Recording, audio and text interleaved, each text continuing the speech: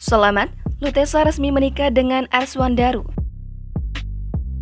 Aktris peran Lutesa resmi menikah dengan seorang pria bernama Arswandaru pada Rabu 23 Maret 2022. Keduanya mengunggah momen-momen bahagia mereka lewat unggahan di feed Instagram maupun Instastory.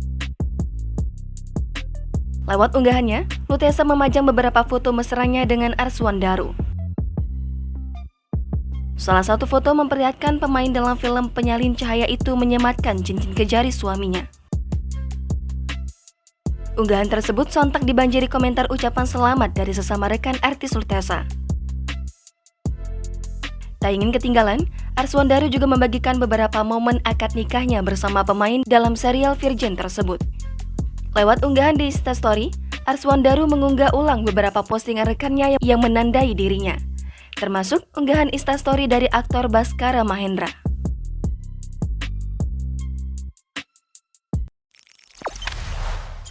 Jangan lupa subscribe, share, komen, dan like ya!